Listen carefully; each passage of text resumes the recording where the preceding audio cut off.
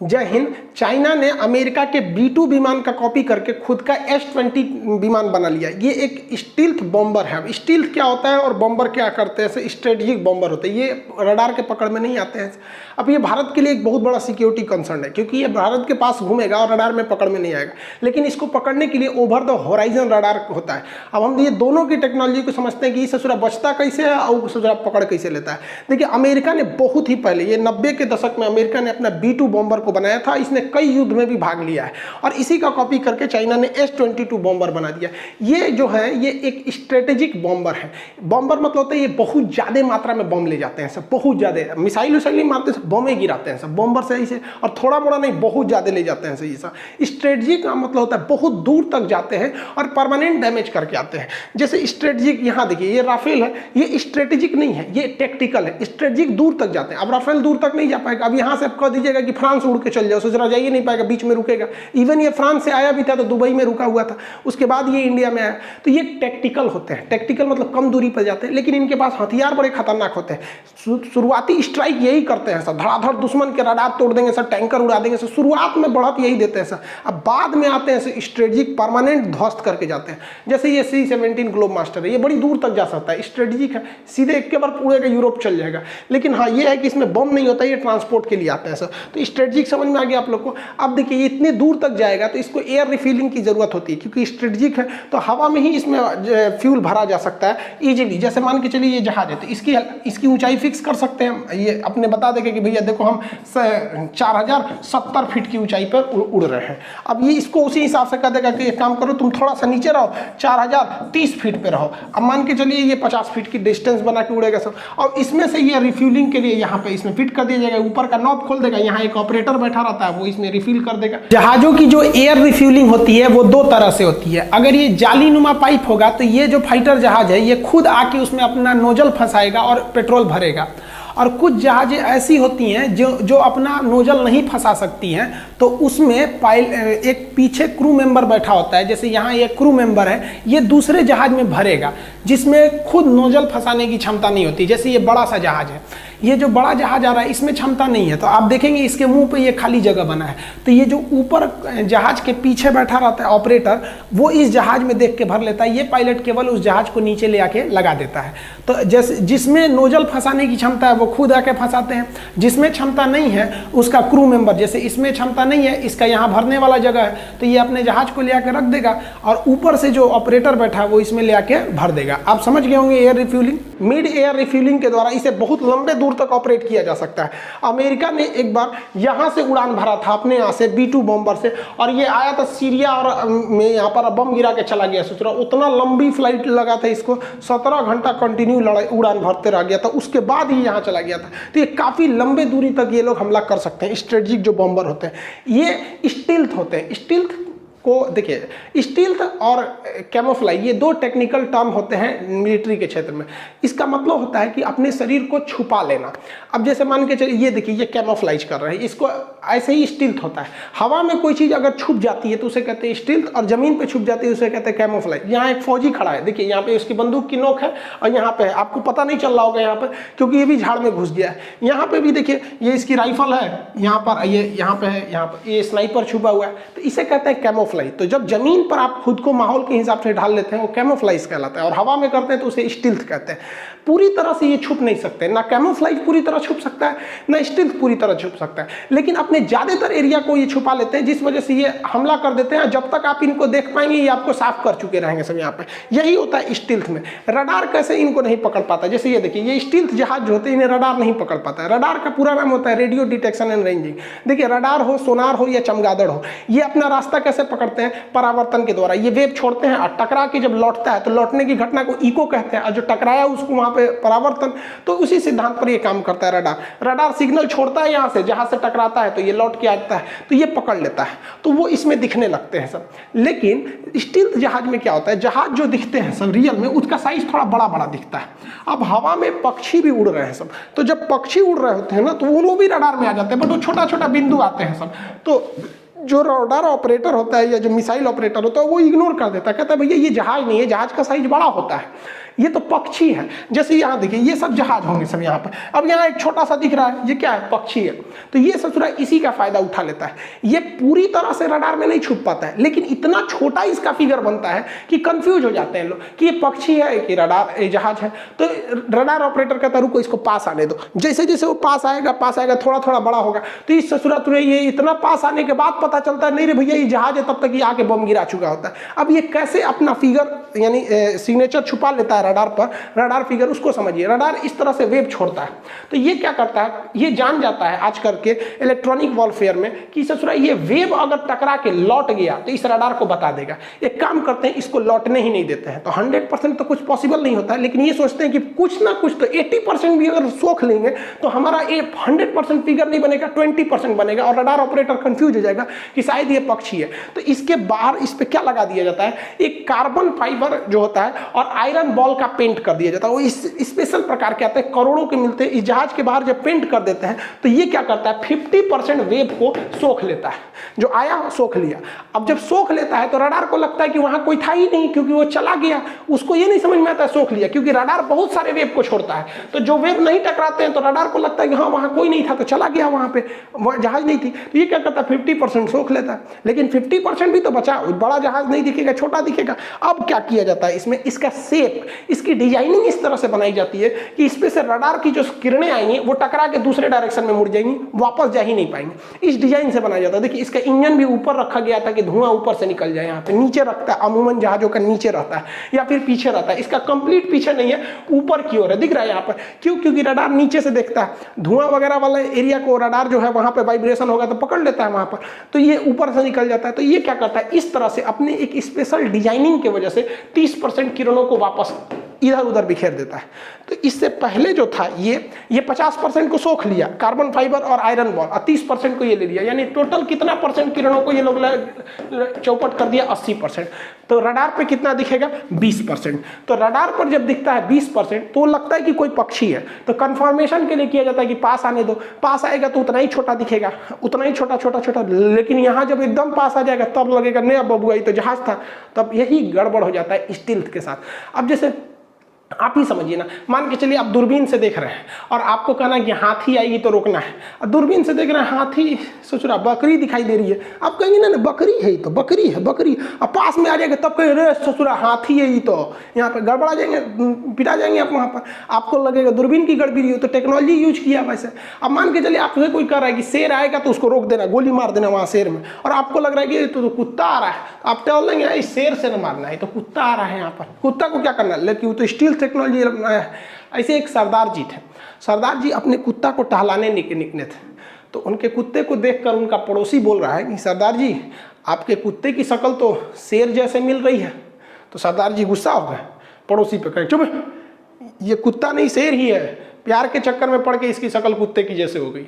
इसलिए लड़का लोग को भी कहते हैं पढ़ाई वढ़ाई कर लेना तो शक्लों बिगड़ जाएगा, करियरों बिगड़ जाएगा। स्टील की एक खराबी क्या होती है कि जो बम होते हैं, जो बमवर्षक जो भी बम या मिसाइल होते हैं, ये स्टील्थ नहीं होते हैं, क्योंकि स्टील्थ टेक्नोलॉजी बनाना काफ़ी कॉस्टली होता है। अब जैसे जहाज़ों का जो हार्ड पॉइंट होता है, जहाँ पे मिसाइलों को लटकाया जाता है या बम वगैरह को लटकाया जाता है, तो अगर इसके बाहर जहाज़ों मिसाइलों को लटका देंगे तो सोच रहा पकड़ा जाएगा, पकड़ लेगा। इसलिए जितने भी स्टील जहाज होते हैं उनमें देखिएगा एक अलग से चेंबर होता है। जैसे देखिए ये खोल के बम बरसा रहा है यहाँ पर, इसके अंदर चेंबर पूरी तरह से बंद रहता है, बाहर कुछ नहीं लटका रहता है, तो बाहर करके आ जाएगा। चाइना ने एक बार कहा कि अमेरिका के दो सबसे खतरनाक बॉम्बर की श्रेणी में B2 बॉम्बर है और फाइटर जहाज की श्रेणी में F-22 है। F-22 B2 बम गिराता है, F-22 मिसाइल मार के धड़ धड़ा के निकल जाता है। तो ये दोनों को पकड़ में आते हैं, सब पकड़ाते नहीं है, सब वो स्टील्थ में छुप जाते हैं। तो चाइना ने कहा हमने पकड़ लिया, F-22 को पकड़ लिया, हल्ला कर दिया, पकड़ लिया, उसकी मिलिट्री खुश। अरे बकलोल, उस ससुरा F-22 को तब पकड़ा था चाइना जब वो फ्यूल भर रहा था हवा में, और उसका फ्यूल टैंक बाहर लटक रहा था। अरे अब हाल है ससुर तूने, वो अपनी सेना को ना मनोबल बढ़ाने के लिए कुछ झूठ बोल सकता है। तो ये जहाजें जो होती हैं अपने अंदर चेंबर में रखे रहती है, और इसमें इतना बम होता है, सोच नहीं सकते हैं। देखिए इतना बम, किसी बटालियन के पास जितना बम रहता है उस ससुरा उतना नहीं पता है, किसी का कॉपी किया जाए तनी मनी जहाज रखता है, बम उतना ज़्यादा नहीं रखता है, और शुरू रहता तो बैलगाड़ी पे लाते हैं। तो ये बॉम्बिंग बहुत, ये कारपेट बॉम्बिंग के लिए फेमस है। कारपेट बॉम्बिंग होता है बिछा देते हैं सब, पूरा बम धड़ाधड़ गिरा के कंप्लीटली डिमोलिश कर देते हैं किसी एरिया को। ये हो गया कारपेट बॉम्बिंग। तो पहले ही कारपेट बॉम्बिंग तो होगा नहीं, पहले तो फाइटर जहाज आके मार धाड़ के दुश्मन के रडार वगैरह की उखाड़ देंगे सर, देखेंगे सर अब रास्ता खाली है, तब भेजा जाता है बॉम्बर को। तो चाइना कुछ ना कैसे भी कहिए तो उसको एक बढ़त तो मिल गई, भारत के लिए सिक्योरिटी थ्रेट है। अब चाइना क्या सोच रहा है कि उसके पास बॉम्बर आ चुका है, वो रडार में पकड़ में नहीं आएगा, अब उसको ये लद्दाख के पास सिंजियांग प्रांत में डिप्लॉय कर रहा है, इसमें पूरा परीक्षण कर रहा है। हाल ही में यहाँ पे अपना बुलेट ट्रेन बना लिया, इसको लगता है रडार में तो पकड़ाएंगे नहीं, क्योंकि पहला तो एक तो ये स्टील है, रडार में नहीं आएगा, दूसरा यहाँ हिमालय पर्वत है, ये हिमालय के उस साइड उड़ते रहेगा, धड़ाक से इधर हेल के अब हमला करके भाग जाएगा यहाँ। इसको लगता है कि भारत वाले लोग को कुछ नहीं पता, भैया हिंदुस्तान वाले जुगाड़े पे अटके हैं। तो यहाँ पर हम लोगों ने भी जुगाड़ लगा दिया ओवर द होराइजन रडार में। देखिए पहाड़ रास्ते में आ जाता है तो भी रडार पकड़ नहीं पाता है। और अगर पृथ्वी गोल है होराइजन, हालांकि जब ज्योग्राफी पढ़ाते हैं तब बोलते हैं कि पृथ्वी जियोड है, हालांकि ज्योग्राफी का जब टॉपिक रहेगा तभी बोलेंगे पृथ्वी जियोड है, पृथ्वी लगभग ज्योग्राफी में बोलते कि पृथ्वी जियोड है, यहाँ बोल रहे हैं, यहाँ ज्योग्राफी नहीं रडार चल रहा है यहाँ पर। तो देखिए पहाड़ इससे भी छुप सकता है, जैसे यहाँ रडार देखिए, ये रडार है, अब ये वेब छोड़ रहा है, ऐसे यहाँ के बीच में पूरा वेब, तो ये वाली जहाज को पकड़ में आ जाएगी क्योंकि इसके वेब के दायरे में लेकिन दो चीज पृथ्वी देखो तो बोल रही तरफ झुका हुआ है, जहाज के रडार की और अगर हल्का सा ऊपर उठ भी जाता है तो यहाँ पे पहाड़ है, तो पहाड़ और पृथ्वी का होराइजन रडार को रोक। अब मान के चलिए ये जहाज से छुपते छुपते आ गया यहाँ पे, और यहाँ आने के बाद तब दिखाई दिया तो भाई यही तो मिसाइल मार देगा, इसको समझते मौके नहीं मिलेगा। इस होराइजन यानी जो पृथ्वी है इसके ऊपर से देखने वाला रडार बनाया गया, उसी को कहा गया पृथ्वी जैसे गोल है, हम यहाँ पर अपना रडार देखते हैं तो ये जहाजें नहीं दिखेगी। लेकिन अगर ऐसा हो कि यहाँ एक शीशा लगा दे तो इसमें दिखेगा, ये यहाँ से देख लेगा। तो हवा में कोनो शीशा तो लगा नहीं सकते, आसमान में कोनो शीशा लगाइएगा, ऐनक लगाइएगा वहाँ पे, तो यही काम करता है वायुमंडल का आयनोस्फीयर। हम लोग जो हवाओं के परत के बीच में रहते हैं, हमें हवाएं दबा के रखी हैं, इसलिए हवा यहाँ से भाग नहीं पाता है। पहले हम जिस मंडल में रहते हैं उसे क्षोभ मंडल या ट्रोपोस्फीयर कहते हैं, उसके ऊपर जाते हैं तो फिर आपका स्ट्रेटोस्फीयर, मीजोस्फीयर, आयनोस्फीयर, एक्सोस्फीयर आता है। तो आयनोस्फीयर जो चौथा मंडल है जिसे हम लोग कहते हैं आयन मंडल, वहाँ पर उसमें बहुत सारे कॉस्मिक किरणें पाई जाती हैं। ये जो कॉस्मिक किरण होती हैं सर, ये बड़ा पावरफुल होते हैं सर, ये किसी भी वेव को जाने नहीं देती है। बहुत ही हाई पावर का वेव रहेगा ना तभी इसको छेद के वापस जा सकता है, अदरवाइज में नहीं जाने देते हैं सर। बहुत सारी चीज़ों को नीचे लौटा देते हैं सर, जैसे सूरज की रोशनी आती है ना तो आने को तो आने देता है दिन में, और रात में यही गर्मी लौटती है, कहती अब हमको चले जाने दो, अब लौट चले, तो कहता है बीच में बादल जो होते हैं सर वो सब इन सब चीज़ों को रोक लेते हैं। हालांकि वो आयन से बहुत दूर है, इसलिए सूर्य की गर्मी को तो बादल ही रोक लेते हैं, इसलिए रात में भी गर्मी लगती है। यहाँ पे क्या किया गया, वैज्ञानिकों ने इस्तेमाल किया ये आयन मंडल।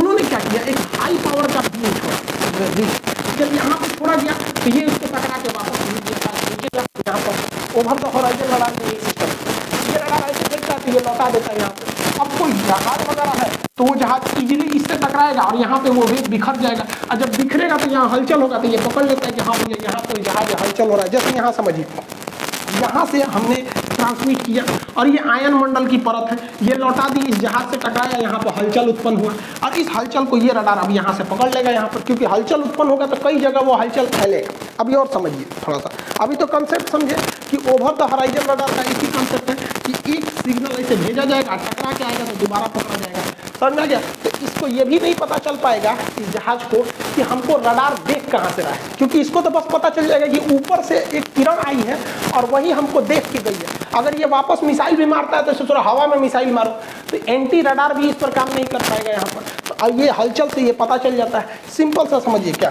फंडा क्या रहता है इसमें। देखिए इसमें एक ही समस्या आती है, जब हम यहाँ हाई पावर से छोड़ते हैं, ट्रांसमिट करते हैं, तो ये इसकी पावर जब नीचे आता है तो ऑलरेडी थोड़ा सा घट जाता है, और जब इस जहाज से टकराता है तो और भी घट के एकदम कमज़ोर सिग्नल हो जाता है। तो इसलिए यहाँ पर एक अलग से रडार लगाना पड़ता है जो इस कमज़ोर सिग्नल को रिसीव करे। तो इसमें दो सिस्टम होते हैं, एक हाई बीम को ट्रांसमिट करता है जो आयन मंडल से टकरा के इस एरिया में पूरा घूमने लगता है, और जहाँ भी इसके रास्ते में कोई टकराया वहाँ पे एक हलचल उत्पन्न हो जाता है जिसको ये रिसीवर क्या कर लेता है, रिसीव कर लेता है। और ये होराइजन रडार पहाड़ों के भी काम कर सकते हैं। जैसे देखिए यहाँ पर ये पहाड़ है, ठीक है, और यहाँ 2 ठो जहाज है सर। अब ये यहाँ पर रडार लगा हुआ है, ये रडार डायरेक्ट देख नहीं पाएगा, तो ये होराइजन रडार का प्रयोग करके हाई बीम को भेज देगा अंतरिक्ष में, मतलब वायुमंडल के बाहरी परत आयन मंडल में, और वहाँ से जब ये टकराएगी तो इसकी थोड़ी सी सिग्नल कमजोर होगा और यहाँ टकराने से हलचल होगा, और इस हलचल में ये हलचल कई दिशाओं में जाएगा, ऐसा तो नहीं है कि एक ही दिशा में जाएगा। जहाज छूट के आ रहा है पहाड़ से, बट हलचल तो फैल जाएगा। इस हलचल को यहाँ अलग से लगा हुआ एंटीना रिसीवर से रिसीव कर लेता है। जैसे देखिए, हम पानी में कभी एक ईंटा फेंके, कोई आदमी शांति से मोबाइल से बतिया रहा है ऐसे नदी के किनारे, आपको वो ईंटा फेंकिया, छपाक से करेगा, वो आदमी का ध्यान चल जाएगा इस पूरा इधर कौन चीज हुआ है, छपाक। वो ईंटा नहीं देखेगा, लेकिन बता देगा कि ईंटा कहाँ फेंका गया है, क्योंकि वो इस हलचल को देख के बता देगा कहाँ ईंटा फेंका गया है। आप नदी के किनारे ऐसे नॉर्मल बैठे रहिए, तालाब के किनारे, कोई मछली आके सांस लेके बुक से भागेगी ना, तो आप देख लेंगे अरे यहाँ पे थी, क्यों? क्योंकि ऐसे ऐसे बुलबुला होगा यहाँ पे, इस टाइप का। यही करता है रडार, वो सिग्नल फेंकता है आसमान में, और टकरा के जब आता है, अगर हवा में कोई भी चीज़ है तो वहाँ सिग्नल बिखर जाएगा, और अगर नहीं है तो पूरी जमीन पे आएगा। हवा में बिखरा तो ये समझ जाता है कहाँ बिखरा है, इसका मतलब वहाँ पे जहाज है, और उस एरिया में इसका सॉफ्टवेयर डिटेक्ट करके बता देता है। ये बहुत ऊंचा होता है ससुरा, इसमें बादल घुस जाते हैं। ओवर द हॉराइजन रडार इतना बड़ा होता है, क्योंकि भैया उतनी दूरी तक में वेब को भी तो छोड़ना है। देखिए ना ये कितना बड़ा होता है, ये ओवर द हॉराइजन रडार इतनी बड़े साइज में होता है ये कभी कभी तो लगता है कि ससुरा कोनो देश का बाउंड्री बनाया गया है। देख रहे हैं, लग रहा है कोई देश की यहाँ पे दीवार बनाई गई, उधर दूसरा देश, इधर दूसरा देश है।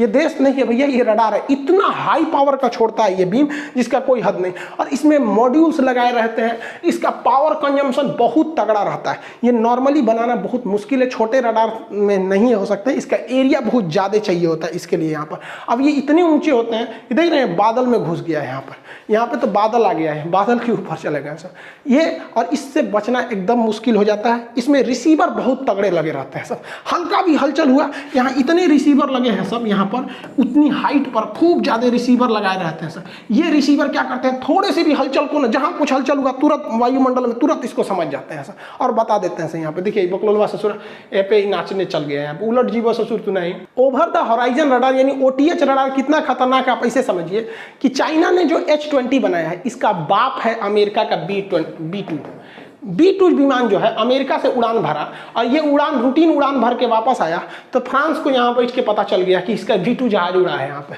काहे को स्टिल्थ भैया, ओवर द हॉराइजन रडार, यहाँ लुका छिपी के खेल चल रहा है। जहाज सोच रहा हम ही होशियार है, रडार में नहीं आएंगे, और रडार बनाने वाले इंजीनियर और साइंटिस्ट सोच रहे हैं कि हम तोरा पकड़ के दिखाएंगे, देख से तू जाएगा किधर पे। अब चाइना ने क्या किया, एक मिसाइल बनाया, और चाइना इस मिसाइल का परीक्षण इधर प्रशांत महासागर के इस वाले भाग में कर रहा था।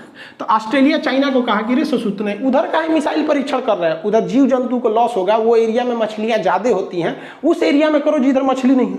तो चाइना समझ गया कि रे ससुत नहीं, तोरा कैसे पता चल गया रे, 5000 किलोमीटर दूर तोरा कैसे पता चल गया। तो कह दिया ऑस्ट्रेलिया, तोरा खान सर का क्लास ना किया है, over the horizon radar 5000 kilometre दूर देख लेता है, हम बड़का मिसाइल बनाए हैं बैलिस्टिक। सोचो तो नहीं को कौन चीज़ समझ में आ रहा है चाइना को। तो चाइना ने H-22 बना लिया है। हाँ, ये बात भारत के लिए अच्छी नहीं है, क्योंकि भारत की इंजीनियरिंग इस मामले में बहुत पीछे है, खास करके एविएशन के एरिया में। हम बड़े न जहाज, डॉनियर छोटे से जहाज बना पाते हैं, ध्रुव छोटे छोटे हेलीकॉप्टर बना पाते हैं, बहुत बड़ा हम लोग नहीं बना पाते, और इसकी इंजीनियरिंग बहुत तेजी से निकल रही है, लेकिन हम लोग जुगाड़ वाले हैं। देखिए चाइना के पास S-300 मिला है, S-400 के दाम पर रूस ने उसे S-300 दिया है, क्योंकि चाइना MTCR का सदस्य नहीं है, उसे 300 किलोमीटर से ज़्यादा मारक क्षमता की मिसाइल नहीं मिल सकती। तो हम लोग के पास S-400 है, उसकी असली क्षमता S-400 किलोमीटर है, लेकिन S-400 का जो रडार है, ये रडार 400 किलोमीटर ही देख सकता है, इससे आगे नहीं देख सकता है। अब ये मिसाइलों को उतना वहीं तक गाइड कर सकता है। अब जरा सोचिए कि अगर हम लोग इस रडार को over the horizon radar OTH radar से अगर इंटीग्रेट कर दे, तो ये रडार जो है, ये डाटा किसको दे देगा, इस 400 को दे देगा कि भैया इधर है, और ये किसको दे देगा, इस मिसाइल को दे देगा कि भाई तुमको उतना दूर जाना है। अब आप कहेंगे कि सर जी ये मिसाइल की तो क्षमता नहीं है, इनमें इतने मसाले भरल है, मान के चलिए 5 रुपये वाला रॉकेट तनिए उड़ता है, 25 रुपये वाला ज़्यादा उड़ता है, ससुराल में क्या करना है, ससुराल और बुरादा भर देगा आदमी, भारत वालों को जुगाड़ की कमी है तो इनसे और भर देगा यहाँ पर, है कि नहीं आप। तो जब हम इसे इंटीग्रेट कर देंगे तो और खतरनाक हो जाएगा। इसको लग रहा था कि यही होशियार है, भैया ये हिंदुस्तान है, ससुर जी समझ में आए ना, ये हिंदुस्तान हमेशा जुगाड़ पे चलता है। हम लोग बचपने से जुगाड़ सीख लेते हैं। बचपन में क्रिकेट खेलते समय गेंद जो होता है, बॉल अगर नाली में चला गया तो अपवित्र हो जाता था, तो उसको निकाल के 3 बार पटक देते थे, कहते थे 3 बार पटक दिया ना अब शुद्ध हो गया। इसको पता नहीं, समझता है यही इंजीनियर ज़्यादा ससुर। तो इसको इंजीनियरिंग क्या समझ में, हम लोग के यहाँ दुनिया में सबसे पहले जब वाईफाई ब्लूटूथ नहीं था ना, तभी हम लोग बचपन में वाईफाई लगाते थे, किसी से गुस्सा हो गया तो लोग कट्टी, ये पहला वाईफाई था, फिर बोलना है हाँ ले मिट्टी यहाँ पे। एक समझ में आता है कि एक इंजीनियरिंग तेज है यहाँ पे। हम लोग का ससुरा का बच्चा जो होता है ना छोट छोट 2 महीना 3 महीना का, वो सब ससुरा टेक्नोलॉजी समझता है, वो भी सब सिग्नल समझता है। पेशाब नहीं करेगा ना तो क्या मम्मी पापा कहेंगे पेशाब कर लो, नहीं करेगा तो कहेंगे तुरंत कर देगा वो। सोचो तो नहीं, ओकरा रडार सिखाएंगे लोग हम लोग को। तो ये भारत की भी कमी है, कब तक जुगाड़ पे चलेंगे लोग। ये बात अलग है कि हम लोग का जुगाड़ कहीं कहीं कारगर हो जाता है, लेकिन अब वो दौर आ गया है 21वीं सदी, अब हमें फ्रंट फुट पर रहना पड़ेगा। पता चलता है चाइना ने कुछ कर दिया, अमेरिका ने कुछ कर दिया, पाकिस्तान ने कुछ किया, अब हम उसको जुगाड़ के हिसाब से उसे काउंटर करने पर लगते हैं, तो ये भी ठीक नहीं है। अब हमें अपने पुराने ट्रैक रिकॉर्ड को बदलना चाहिए। तो आई होप आपको स्ट्रेटेजिक बॉम्बर ये सब समझ में आ गया और होराइजन रडार भी समझ में आ गया। मिलेंगे नेक्स्ट क्लास में। जय हिंद।